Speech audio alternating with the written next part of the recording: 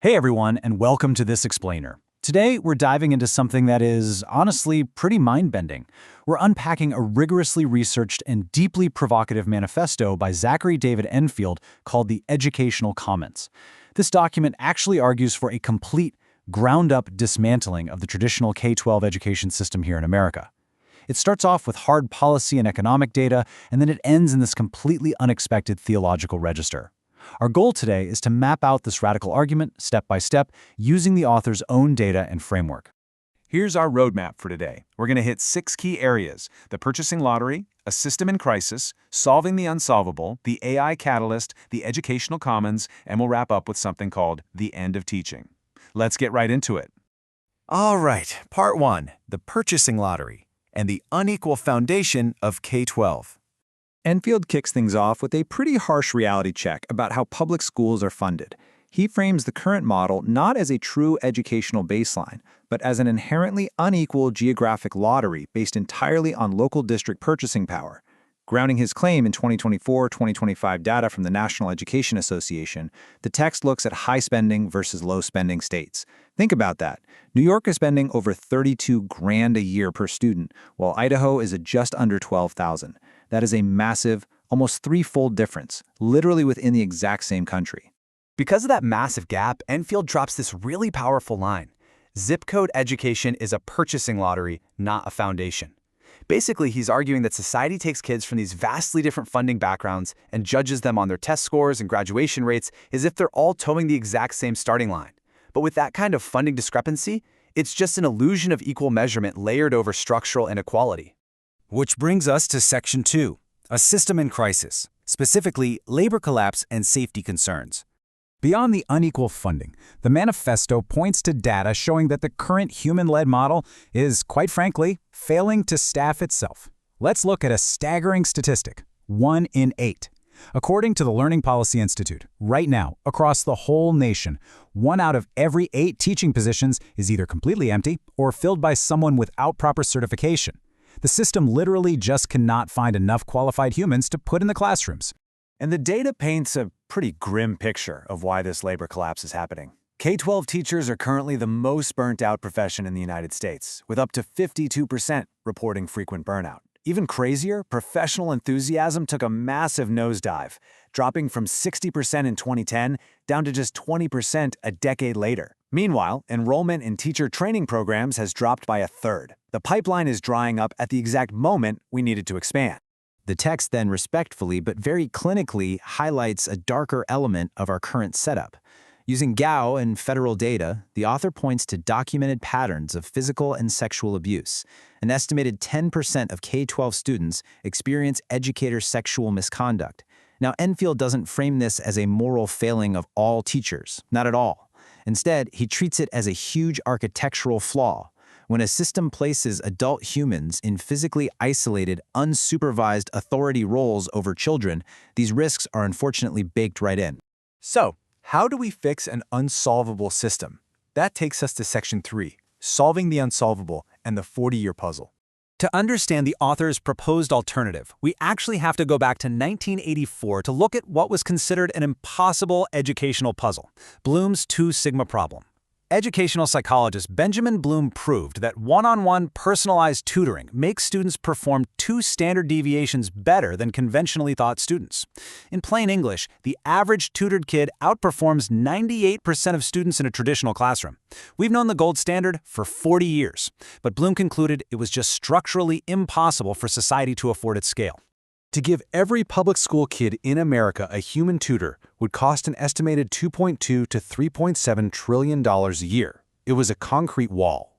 But, and here's the crazy part, Enfield points out that in just the past 3 years, that 40-year cost barrier has completely dissolved. Delivering that one-on-one tutoring has dropped to mere cents per hour at the marginal level.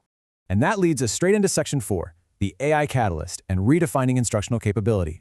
The tool that smashed that massive cost barrier? You guessed it, PhD-level artificial intelligence. Enfield's anchors this radical shift in rock-solid randomized controlled trials. In a Harvard undergraduate physics study, AI tutoring absolutely crushed top-tier active human learning by up to 1.3 standard deviations. And over in Nigeria, a World Bank study found that just 6 weeks of AI tutoring gave kids the equivalent of 1.5 to 2 years of traditional learning gains. The data shows AI isn't just matching human group instruction, it's vastly outperforming it. Against these striking metrics, the author examines the response from major teachers' unions, like the AFT and NEA. Naturally, they advocate for putting teachers in the driver's seat regarding AI. Enfield neutrally points this out as institutional self-protection. Look, unions are doing what unions do, protecting human jobs. But the author notes that this stance conflates preserving labor with what empirically produces the best educational outcomes for the students. Okay, so if AI is the catalyst, what does the new structure actually look like? Section 5, the Educational Commons, a new public infrastructure. Enfield proposes a shared national digital infrastructure. Imagine throwing out static textbooks and replacing them with a living, continuously updated AI curriculum. He calls it a common plumb line that guarantees every single child in the country has access to the exact same foundational quality of education. The key phrase to remember here is a common floor, not a forced ceiling. Local communities can absolutely build on top of it, but no student is denied a basic foundation just because of their zip code. This massive shift also forces us to completely rethink the school calendar. The old model is the 180-day industrial relic based on seat time, basically sitting at a desk until the year is over. Enfield suggests a full-year, mastery-based calendar of about 240 days. The moment a student masters a topic, they move forward. By doing this, we could recover an estimated 3 to 4 years of instructional capacity. Kids could finish their foundational education years earlier. So, you're probably wondering, what happens to all the adults in the building?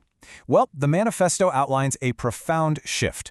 AI handles the direct cognitive instruction, which, by the way, provides a huge safety property since AI doesn't have physical access to children.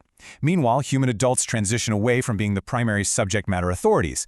Instead, they step into arguably more essential roles as mentors, physical guardians, coaches, and co-learners. Finally, we read Section 6, the end of teaching and the 20-year horizon.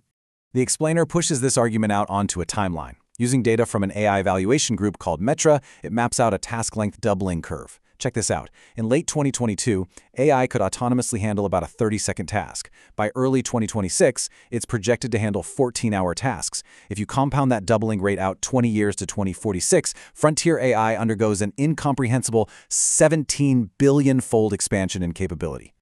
The logic drawn from that curve is pretty undeniable. Within 20 years, using a human being as the primary engine for direct instruction will be totally obsolete. Not because humans aren't amazing, but because you simply can't compare a single exhausted teacher managing 30 kids to an intelligence that has compounded billions of times over. On an educational outcome basis, it just won't make sense anymore. And this is where the policy paper makes a truly unexpected theological pivot. Enfield points to a biblical prophecy, Jeremiah 31:34, which speaks of a new covenant where direct knowledge is written in the hearts of people, officially ending the era of man teaching man. He neutrally presents this insane technological leap as the operational fulfillment of that exact idea. AI has essentially dissolved the final operational constraint, allowing direct knowledge to reach everyone equally, from the least to the greatest. Which leaves us with a truly mind-blowing final question to chew on. As we shift away from a localized purchasing lottery and move toward an AI-driven living curriculum that acts as a national common floor, what actually happens to human society when the age of man teaching man ends for good? It's a paradigm shift that forces us to reevaluate everything we thought we knew about learning, capability, and our future as human mentors. Thanks so much for joining me for this explainer. Keep questioning and keep learning.